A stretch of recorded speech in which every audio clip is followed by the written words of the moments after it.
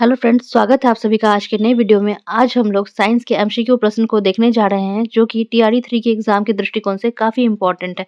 तो बिना समय गंवाए वीडियो को शुरू करते हैं। चलिए, इसमें फर्स्ट क्वेश्चन है, प्रोटीन का टूटना कहाँ होता है? तो प्रोटीन का टूटना होता है अमाशय में। ठीक है, चलिए आगे बढ़ते हैं। आपने कल पढ़ा था कि अमाशय से जो होता है HCl स्रावित होता है, जो कि हानिकारक जीवाणुओं को नष्ट करने का कार्य करता है। अगला पॉइंट है, सूर्य और तारों में ऊर्जा का स्रोत क्या है? तो सूर्य और तारों में ऊर्जा का स्रोत क्या है? नाभिकीय संलयन। आप इसको अच्छे से याद रखेंगे। और परमाणु बम में क्या होता है? नाभिकीय विखंडन होता है। ठीक है ना? चलिए आगे बढ़ते हैं। ईस्ट का उपयोग सर्वाधिक निम्न में से किसके निर्माण में होता है? ठीक है, तो ईस्ट का उपयोग सर्वाधिक होता है इथाइल अल्कोहल के निर्माण में। इथाइल अल्कोहल आप याद रखेंगे। ठीक है ना? चलिए, इथाइल ना कि मिथाइल। ओके। जठर रस का पीएच मान क्या होता है? तो जठर रस का पीएच मान होता है 2। कितना होता है? 2। जठर रस का पीएच मान 2 होता है। अगला पॉइंट है, सफेद फास्फोरस का आकार क्या होता है? तो सफेद फास्फोरस का आकार होता है चतुष्फलकीय। क्या होता है? चतुष्फलकीय। आगे बढ़ते हैं। मोटर गाड़ी से निकलने वाला सबसे हानिकारक प्रदूषण है, यहाँ पे प्रदूषण होगा। ठीक है ना? यह है कार्बन मोनोऑक्साइड। ठीक है, कार्बन मोनोऑक्साइड का क्या होता है सूत्र? CO। क्या होता है? CO। कार्बन डाइऑक्साइड क्या होता है? CO2। ठीक है ना? Carbon monoxide CO। तो आपसे कभी ये भी पूछ सकता है कि कार्बन कार्बन मोनोऑक्साइड को इंडिकेट किया जाता है, तो CO से इंडिकेट किया जाता है। चलिए आगे बढ़ते हैं।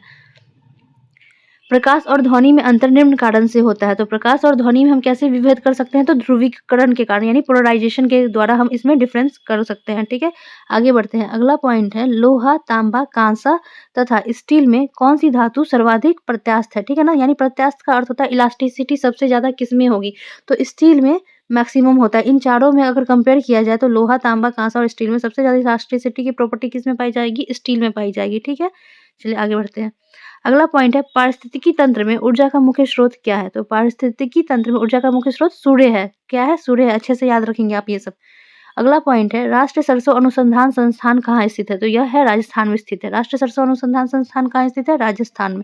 अगला फॉर्मूला है, बेकिंग सोडा का रासायनिक सूत्र क्या होता है? तो बेकिंग सोडा का रासायनिक सूत्र होता है NaHCO3। ठीक है, धोने का सोडा का फॉर्मूला क्या होता है? Na2CO3.10H2O। चलिए इसको आप अच्छे से पढ़िएगा। अगला पॉइंट है, जंग का रासायनिक सूत्र क्या होता है? ठीक है, इसी को हम लोग रस्टिंग ऑफ आयरन भी बोलते हैं। Rusting of iron. ठीक है, जंग का रासायनिक सूत्र क्या होता है? Fe rusting of iron. चलिए, इसका सूत्र होता है Fe2O3.XH2O। ठीक है ना? Fe2O3XH2O। Fe2O3XH2O। आगे बढ़ते हैं। ये सारे पूछे हुए प्रश्न है, इसलिए अच्छे से इसको याद कीजिएगा। चलिए, अगला पॉइंट है, गाड़ी में ब्रेक लगने पर किस कारण यात्री आगे की ओर झुकते हैं? तो यह जड़त्व के कारण। ठीक है, जड़त्व के कारण यात्री क्या होते हैं? आगे की ओर झुक जाते हैं ब्रेक लगाने पर। चलिए, अगला प्रश्न है, ओजोन परत को प्रभावित करने वाली गैस का नाम क्या है? ठीक है, ओजोन परत को प्रभावित करने वाली गैस का नाम क्या है? क्लोरोफ्लोरोकार्बन, यानी CFC। ठीक है, ओजोन परत वायुमंडल की किस परत में रहता है? तो यह रहता है समताप मंडल में। आप इस फैक्ट को भी याद रखेंगे। ओजोन परत वायुमंडल किस परत में है? समताप मंडल में।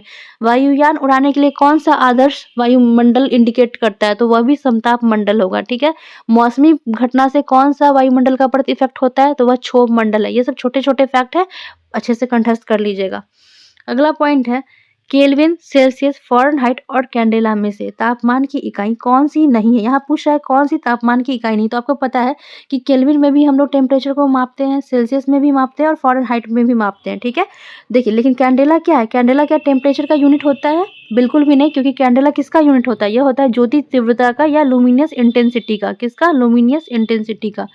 लुमिनस इंटेंसिटी, लुमिनस इंटेंसिटी जिसको हम लोग कहते हैं ज्योति तीव्रता। ठीक है, चलिए, इसमें एक फॉर्मूला आप याद रखिएगा, एग्जाम में प्रश्न पूछा जाता है इससे।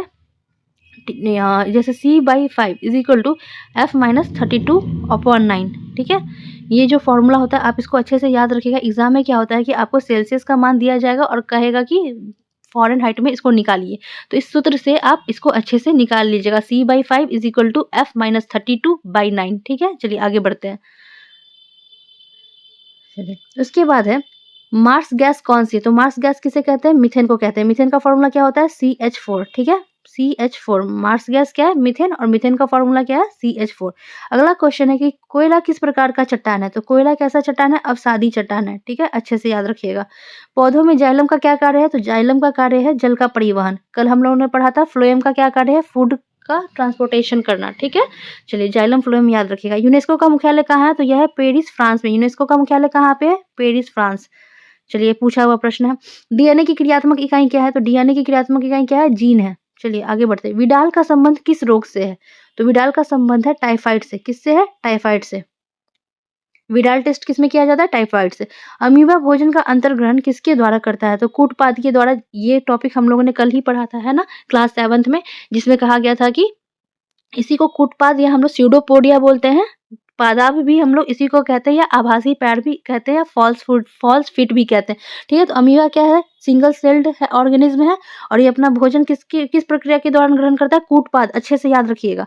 अगला क्वेश्चन है, प्रोटीन किससे बना होता है? तो प्रोटीन बना होता है एमिनो एसिड से। प्रोटीन किससे बना होता है? एमिनो एसिड से।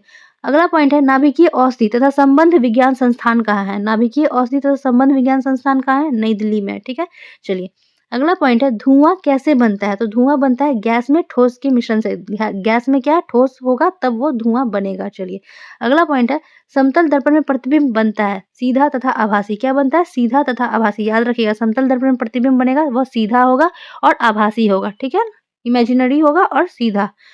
चलिए, किसी झील के लिटोरल जोन में किस प्रकार का पौधा होता है? तो लिटोरल जोन में होता है किनारे पर उगने वाला पौधा। ठीक है, किसी झील के लिटोरल जोन में कैसा पौधा उगेगा? जो किनारे पर होते हैं वही पौधा। अगला पॉइंट है, किसी चालक का प्रतिरोध आधा करने पर चालक पर क्या प्रभाव पड़ेगा? ठीक है, तो किसी भी चालक का हम अगर रेजिस्टेंस उसको हाफ करते हैं तो उसका यहाँ पे ताप होगा। ठीक है ना, यहाँ ताप पर क्या प्रभाव पड़ेगा? तो यह क्या होगा? टेम्परेचर दुगुना हो जाएगा। ठीक है ना, चलिए आगे बढ़ते हैं। इसमें अगर अभी हम लोग फॉर्मूला पढ़ने जाएंगे तो बहुत समय लग जाएगा। ठीक है ना, इसलिए अभी आप फिलहाल ऐसे ही पढ़ ले। चलिए अगला क्वेश्चन है कि आदर्श गैस से संबंध में समतापीय परिवर्तन में उसकी ऊर्जा क्या होती है? देखिए, तो आदर्श गैस के संबंध में समतापीय परिवर्तन उसकी ऊर्जा हमेशा कांस्टेंट होगी, क्योंकि आदर्श गैस की बात हो रही है। आइडियल गैस में क्या होता है? ये जो एनर्जी होता है वो कांस्टेंट हो जाता है। चलिए, मरुस्थलीय पौधे का क्या गुण है? तो मरुस्थलीय पौधा में क्या होगा कि इसका जो तना होगा वो गुद्देदार होगा, पत्ती क्या होगी? नुकीली होगी, और जड़ें क्या होगी? लंबी होगी, क्योंकि पानी की तलाश में वो नीचे तक चली जाती है। ठीक है, अगला है कि श्वेत प्रकाश में 7 रंग होते हैं। इस तथ्य की खोज निम्न में से किस वैज्ञानिक ने की थी? तो इसकी खोज की थी न्यूटन ने। ठीक है ना, न्यूटन ने। चलिए आगे बढ़ते हैं। स्थिर जल में पत्थर गिराने पर उत्पन्न तरंगे है। तो स्थिर जल में हम जब पत्थर गिराते हैं तो वह अनुप्रस्थ प्रगामी उत्पन्न करती है। ठीक है, अनुप्रस्थ प्रगामी।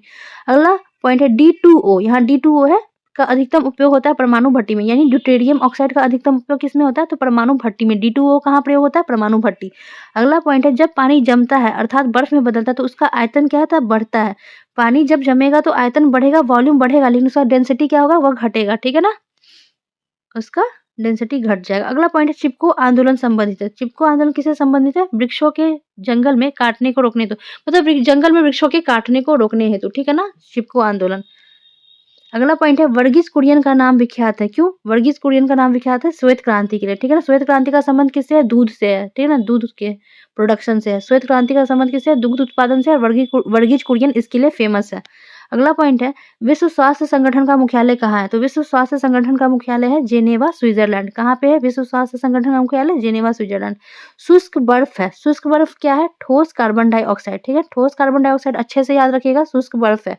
अगला पॉइंट है, हरित गृह प्रभाव गैस है। तो यहाँ है CO2 यानी कार्बन डाइऑक्साइड, मीथेन और N2O। ठीक है, चलिए इसको अच्छे से पढ़िएगा। CO2, मीथेन और N2O क्या है? हरित गृह प्रभाव गैस है। आपसे एग्जाम में पूछा जा सकता है कि इनमें कौन सा हरित गृह प्रभाव गैस नहीं है?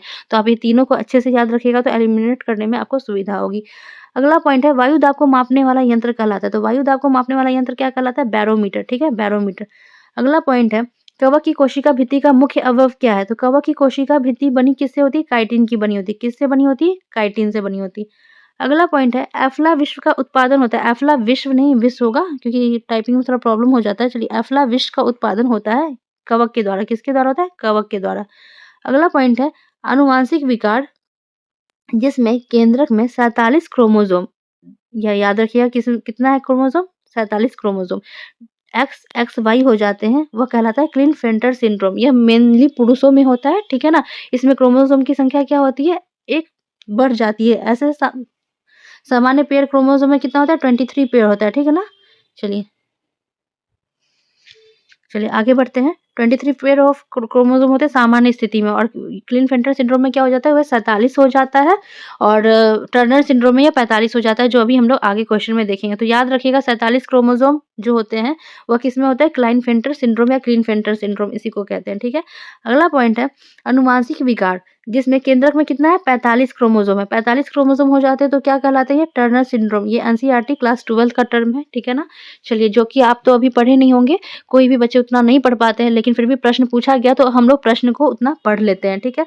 अगला है क्वेश्चन कि भोपाल गैस दुर्घटना में विषाक्त गैस जिसका रिसाव हुआ था उसका नाम क्या था? तो इसका नाम था मिथाइल आइसोसाइनाइड। हम लोग पढ़े थे ना एनसीईआरटी जब हम लोग पढ़े थे, तो MIC मिथाइल आइसोसाइनाइड का रिसाव हुआ था। और कंपनी कौन सी थी? यूनियन कार्बाइड कंपनी थी, ठीक है। और यह घटना कब हुई थी? 3 दिसंबर 1984, कहीं-कहीं 4 दिसंबर 1984 भी रहता है, ठीक है। अगला पॉइंट है चेरनोबिल विनाशकारी परमाणु दुर्घटना का संबंध है। तो चेरनोबिल विनाशकारी परमाणु दुर्घटना का संबंध है यूक्रेन से, ठीक है ना। चलिए अगला पॉइंट है हाइड्रोजन का समस्थानिक है। तो हाइड्रोजन के कितने समस्थानिक है? 3 है। प्रोटीन है, ड्यूटेरियम है और ट्राइटियम है, ठीक है ना। प्रोटियम होगा यहाँ पे, कंफ्यूजन हो गया। प्रोटियम, मैं प्रोटीन देख के खुद कंफ्यूज हो गई। प्रोटीन को हटा के प्रोटियम कर देना है, ड्यूट्रियम कर देना है और ट्राइटियम करना है, ठीक है ना। प्रोटियम, ड्यूटेरियम और ट्राइटियम। चलिए अगला पॉइंट है पटाखों से निकलने वाली हरी ज्वाला निम्न के कारण उत्पन्न होती है। देखिए जब हरी ज्वाला पूछे तो वहाँ पे बेरियम हो जाएगा, और जब वही लाल ज्वाला पूछे तो वह स्ट्रॉन्सियम होगा। तो पटाखों से निकलने वाली हरी ज्वाला निम्न के कारण उत्पन्न होती है, बेरियम के कारण उत्पन्न होती है।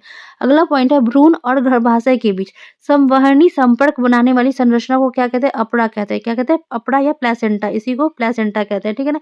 यानी गर्भाशय और भ्रूण के बीच एक संपर्क बनाता है, ठीक है। ये हो गया भ्रूण, और ये गर्भाशय के बीच जब एक कनेक्टिविटी लिंक होती है उसको हम लोग क्या कहते हैं? अपड़ा कहते हैं, ठीक है।